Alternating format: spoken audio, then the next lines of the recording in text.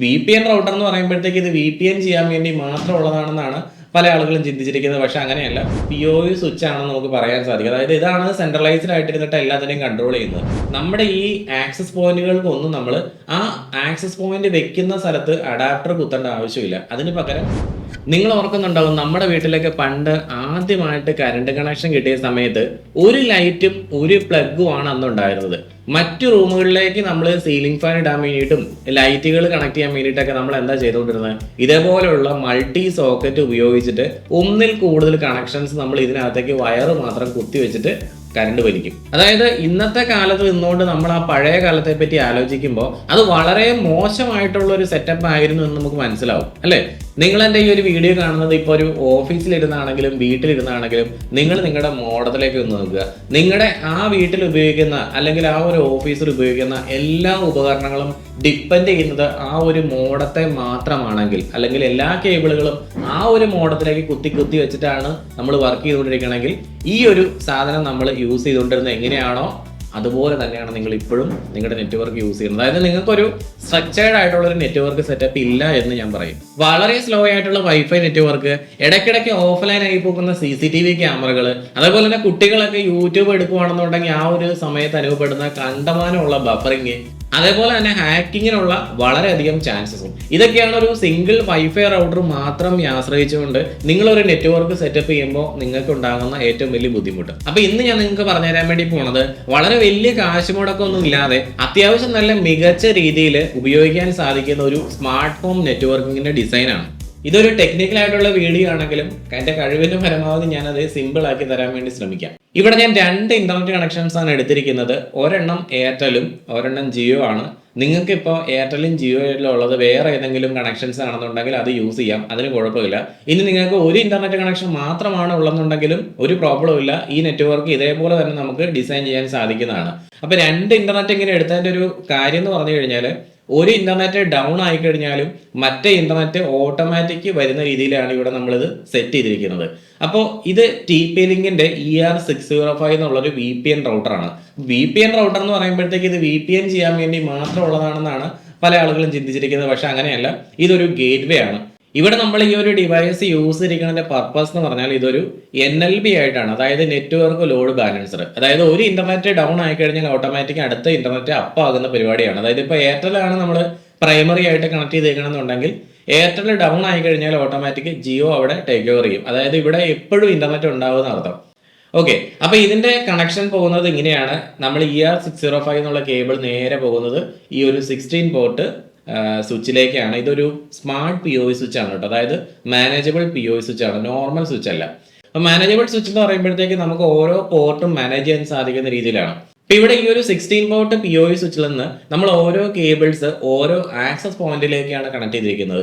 ഈ access point എന്ന് പറഞ്ഞു കഴിഞ്ഞാൽ നമുക്ക് ഇന്റർനെറ്റ് ഡിസ്ട്രിബ്യൂട്ട് ചെയ്യാൻ വേണ്ടിയിട്ടുള്ള, അതായത് വൈഫൈ ഡിസ്ട്രിബ്യൂട്ട് ചെയ്യാൻ വേണ്ടിയിട്ടുള്ള ഒരു ഡിവൈസ് ആണ്. അപ്പൊ അത് നമ്മുടെ വീടിന്റെ പല ഏരിയയിലായിട്ട് നമ്മൾ പ്ലേസ് ചെയ്യുന്നു. അതിപ്പോ 2 നിലയുള്ള വീടാണെന്നുണ്ടെങ്കിൽ താഴെ 2 മുകളിൽ 2 എന്നുള്ള രീതിയിലാണ് ഞാൻ ഇവിടെ ഡിസൈൻ ചെയ്തേക്കുന്നത്. ഇതിപ്പോ നിങ്ങൾക്ക് എണ്ണം കൂട്ടണം എന്നുണ്ടെങ്കിൽ അതിനനുസരിച്ച് കൂട്ടാനും കുറയ്ക്കാനും സാധിക്കുന്നതാണ് കേട്ടോ. അപ്പൊ നമുക്ക് എവിടെയൊക്കെ ഇന്റർനെറ്റ് വേണോ അവിടെ എല്ലാം നമ്മൾ സെറ്റ് ചെയ്യണം എന്നുള്ള രീതിയിലാണ് ഞാനിവിടെ പറഞ്ഞിരിക്കുന്നത്. നമ്മളിവിടെ എടുത്തിരിക്കുന്ന ഈ ഒരു 16 പോർട്ട് സ്വിച്ച് ഇല്ലേ, ആ ഒരു 16 പോർട്ട് സ്വിച്ച് എന്ന് പറഞ്ഞാൽ ഒരു PoE സ്വിച്ച് ആണ് കേട്ടോ. അപ്പൊ ആ PoE സ്വിച്ച് ആയതുകൊണ്ട് തന്നെ ഇവിടെ നമുക്ക് കിട്ടുന്ന ഒരു ഗുണം എന്ന് പറഞ്ഞു കഴിഞ്ഞാൽ, നമ്മുടെ ഈ ആക്സസ് പോയിന്റുകൾക്കൊന്നും നമ്മൾ ആ ആക്സസ് പോയിന്റ് വെക്കുന്ന സ്ഥലത്ത് അഡാപ്റ്റർ കുത്തേണ്ട ആവശ്യമില്ല. അതിന് പകരം അതെല്ലാം ഒരു നെറ്റ്വർക്ക് കേബിളിൽ കൂടെ തന്നെയായിരിക്കും പോവുക. ആ നെറ്റ്വർക്ക് കേബിൾ തന്നെയാണ് ഇതിന് പവർ കൊടുക്കുന്നതും ഇതിലേക്ക് ഡാറ്റ കൊടുക്കുന്നതും. അപ്പൊ അതാണ് ഇതിന്റെ ഒരു സെനാരിയോ എന്ന് പറഞ്ഞാൽ. എന്നിട്ട് നമ്മളിവിടെ ഈ ഒരു സ്വിച്ചിലേക്ക് മറ്റൊരു ഡിവൈസും കൂടെ കണക്ട് ചെയ്തിട്ടുണ്ട്. ഇതാണ് TP-Linkന്റെ OC200 എന്നുള്ള ഡിവൈസ്. അതെന്തിനാന്ന് വെച്ചാൽ ഇതൊരു ഹാർഡ്വെയർ കൺട്രോളർ ആണ്. അപ്പൊ ഈ ഹാർഡ്വെയർ കൺട്രോളറിന്റെ പ്രത്യേകത എന്താണെന്ന് വെച്ചാൽ നമുക്ക് ലോകത്തിന്റെ എവിടെ ഇരുന്നുകൊണ്ടും ഈ ഒരു നെറ്റ്വർക്ക് മാനേജ് ചെയ്യാൻ വേണ്ടിയിട്ടുള്ള ഒരു സെറ്റപ്പ് ആണ്. അത് മാത്രമല്ല, ഈ എൻ്റയർ നെറ്റ്വർക്കിനെ നമുക്ക് നമ്മുടെ LAN നെറ്റ്വർക്കിൽ ഇരുന്നും മാനേജ് ചെയ്യാൻ സാധിക്കും. അതായത് കോൺഫിഗറേഷൻ ചെയ്യാനും അതുപോലെ തന്നെ മോണിറ്റർ ചെയ്യാനും, ഇനി ഇതിനകത്ത് എന്തെങ്കിലും ചേഞ്ചസ് ഒക്കെ വരുത്തണമെങ്കിൽ അത് ചെയ്യാൻ വേണ്ടിയിട്ടൊക്കെയാണ് ഈ ഒരു OC200 നമ്മളിവിടെ യൂസ് ചെയ്തിരിക്കുന്നത്. അപ്പോൾ ഇതൊരു 16 പോർട്ട് PoE സ്വിച്ച് ആയതുകൊണ്ട് നമുക്ക് വേണമെങ്കിൽ IP ക്യാമറകളൊക്കെ ഇതിലേക്ക് കണക്ട് ചെയ്യാം. ഇപ്പോഴത്തെ ഒരു സെനാരി വെച്ച് നോക്കുകയാണെങ്കിൽ അതൊരു 8 പോർട്ട് വരെ ഫ്രീ ആണ്. നമുക്കൊരു 8 ക്യാമറകൾ വരെ കണക്ട് ചെയ്യാം. ഇനി നമുക്ക് ലാപ്ടോപ്പോ കമ്പ്യൂട്ടർ എന്തെങ്കിലും ഉണ്ടെങ്കിൽ അതൊക്കെ നമുക്ക് വയർഡായിട്ട് ഈ POE സ്വിച്ചിലോട്ട് കണക്ട് ചെയ്യാം. അപ്പോൾ ഇതിനകത്ത് ഒരു മാസ്റ്റർ ബ്രെയിൻ എന്ന് പറയുന്നത് ആക്ച്വലി ഈ ഒരു POE സ്വിച്ച് ആണെന്ന് നമുക്ക് പറയാൻ സാധിക്കും. അതായത് ഇതാണ് സെൻട്രലൈസ്ഡ് ആയിട്ടിരുന്നിട്ട് എല്ലാത്തിനെയും കൺട്രോൾ ചെയ്യുന്നത്. ആക്ച്വലി ഇങ്ങനെ ഒരു സ്വിച്ച് ഇവിടെ ഇല്ലാന്നുണ്ടെങ്കിൽ യഥാർത്ഥത്തിൽ എന്താ സംഭവിക്കണം എന്നറിയോ? ഇതെല്ലാം ഹാൻഡിൽ ചെയ്യുന്നത് ഈ മോഡമായിരിക്കും. അപ്പോൾ മോഡത്തെ സംബന്ധിച്ച് ഇത്രയും വലിയൊരു ലോഡ് എടുക്കാനുള്ള ഒരു കഴിവൊന്നും മോഡത്തിന് ഇല്ല. കാരണം നമ്മുടെ വീട്ടിലേക്ക് ഇന്റർനെറ്റ് തരിക എന്നുള്ള ഒരു ദൗത്യം മാത്രമാണ് ആ മോഡം നമുക്ക് സാധാരണ ചെയ്തു തരുന്നത്. പക്ഷെ നമ്മൾ അതിനെക്കൊണ്ട് കണ്ടമാനം പണിയെടുപ്പിക്കുന്ന കേസിലേക്ക് പോകുമ്പോഴാണ് നമുക്ക് നെറ്റ്വർക്ക് ഡിസ്കണക്ട് ആവുകയോ ഓഫ്ലൈൻ ആയി പോവുകയൊക്കെ ചെയ്യുന്നത്. അപ്പോൾ സാധാരണ ഞങ്ങൾ ഇതേപോലത്തെ ഒരു നെറ്റ്വർക്ക് സെറ്റ് ചെയ്യുന്ന സമയത്ത് 3 SSID ആണ് ക്രിയേറ്റ് ചെയ്ത് കൊടുക്കാറുള്ളത്.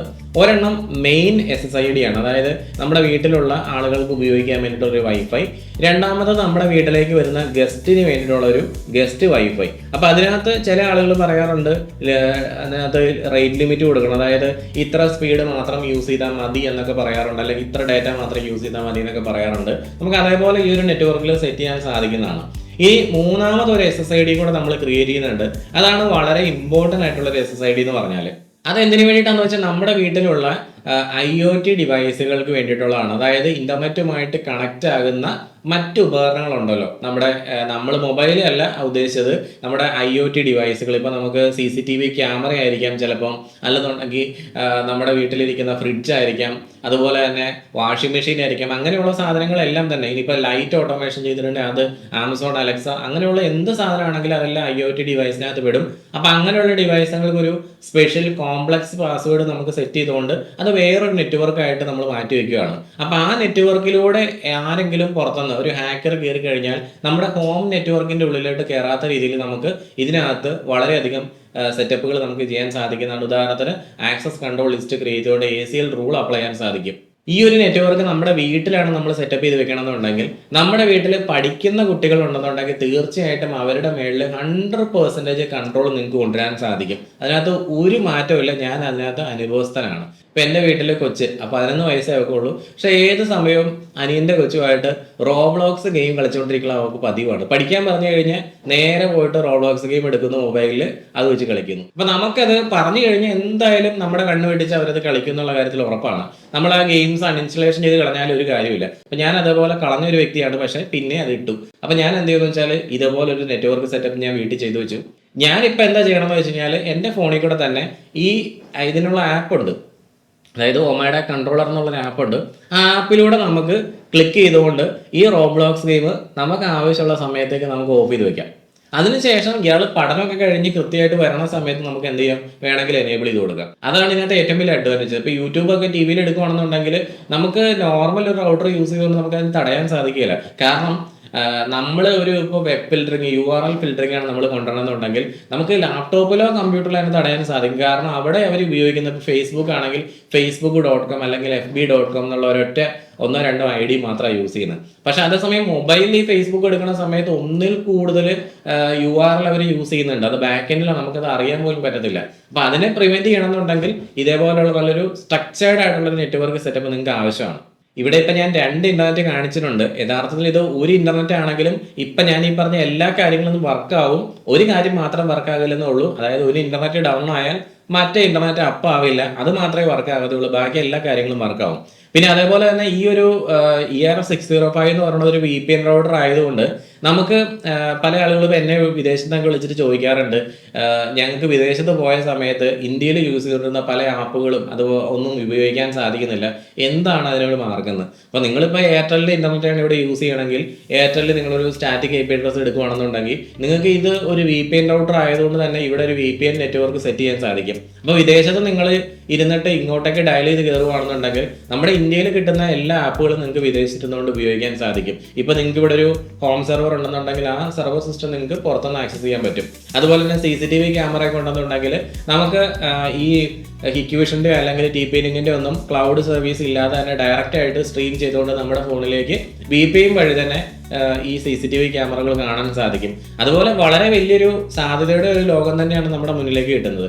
ഞങ്ങൾ നെക്സ സിസ്റ്റം ഈ നെറ്റ്വർക്കിംഗ് മാത്രമല്ല ചെയ്തുകൊണ്ടിരിക്കുന്നത്. AI ക്യാമറകളുടെ ഇൻസ്റ്റലേഷൻ ഉണ്ട്, ഇൻട്രൂഷൻ ഡിറ്റക്ഷൻസ് ഉണ്ട്, വീഡിയോ ഡോഫോൺ ഉണ്ട്, ആക്സസ് കൺട്രോളർ ഉണ്ട്, ബൂം ബാരിയർ ഉണ്ട് എന്ന് വേണ്ട എല്ലാ കാര്യങ്ങളും ചെയ്യുന്ന ഒരു ഇലക്ട്രോണിക് സെക്യൂരിറ്റി ആൻഡ് ഓട്ടോമേഷൻ കമ്പനിയാണ്. ഞങ്ങളുടെ ഓഫീസ് എറണാകുളത്താണ് വരുന്നത്.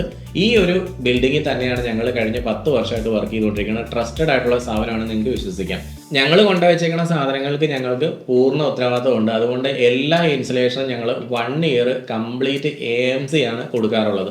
AMC എന്ന് പറയുമ്പോഴത്തേക്കും അതിനകത്ത് എന്ത് കമ്പോണൻറ്റുകൾക്ക് ഇൻസ്റ്റലേഷന് ശേഷം കംപ്ലയിൻസ് കാര്യങ്ങളൊക്കെ കാണിക്കുവാണെങ്കിലും ആ കംപ്ലൈൻറ്റ് വന്ന ഉപകരണം ഞങ്ങൾ മാറ്റുന്ന സമയത്ത് തൽസ്ഥാനത്ത് വേറൊരു പ്രോഡക്റ്റ് എടുത്ത് വെച്ചിട്ടാണ് അത് ഞങ്ങൾ ഇങ്ങോട്ട് എടുത്തുകൊണ്ട് വരുന്നത്. അതായത് ഇപ്പോൾ ഉദാഹരണത്തിന് ഒരു CCTV ക്യാമറ സിസ്റ്റമാണ് ഞങ്ങളിവിടെ ചെയ്തത്. ഒരു ക്യാമറ, നിങ്ങളുടെ മുറ്റത്തിരുന്ന ഒരു ക്യാമറ കേടായിപ്പോയി. ആ ഒരു ക്യാമറ ഞങ്ങൾ തിരിച്ചെടുക്കുന്ന സമയത്ത് അവിടെ ഒരു ക്യാമറ കൊണ്ട് വെക്കും, എന്നിട്ടാണ് അത് സർവീസിന് എടുക്കുന്നത്. ആ പ്രോഡക്റ്റ് സർവീസിന് പോയി തിരിച്ചു വരാനുള്ള കാലതാമസം വരുന്ന സമയത്ത് നിങ്ങൾക്ക് ആ ഒരു ക്യാമറ ഇല്ലാതിരിക്കില്ല. അതാണ് ഞങ്ങൾ വാഗ്ദാനം ചെയ്യുന്ന പ്രധാനപ്പെട്ട ഗ്യാരണ്ടി എന്ന് പറയുന്നത്. അപ്പോൾ എല്ലാ കാര്യങ്ങളും അങ്ങനെയാണ് ചെയ്തുകൊണ്ടിരിക്കുന്നത്. അപ്പോൾ അതേപോലെ ഒരു മികച്ച സർവീസാണ് നമ്മൾ ഇതുവരെ കൊടുത്തുകൊണ്ടിരിക്കുന്നത്. അപ്പോൾ താല്പര്യം ഉണ്ടെന്നുകൊണ്ട് നിങ്ങൾ താഴെ കൊടുത്തേക്കുന്ന നമ്പറിലേക്ക് ഒന്ന് കോൺടാക്ട് ചെയ്യുക. ഓക്കെ, അപ്പോൾ എല്ലാവർക്കും നല്ലൊരു ദിവസം ആശംസിക്കുന്നു.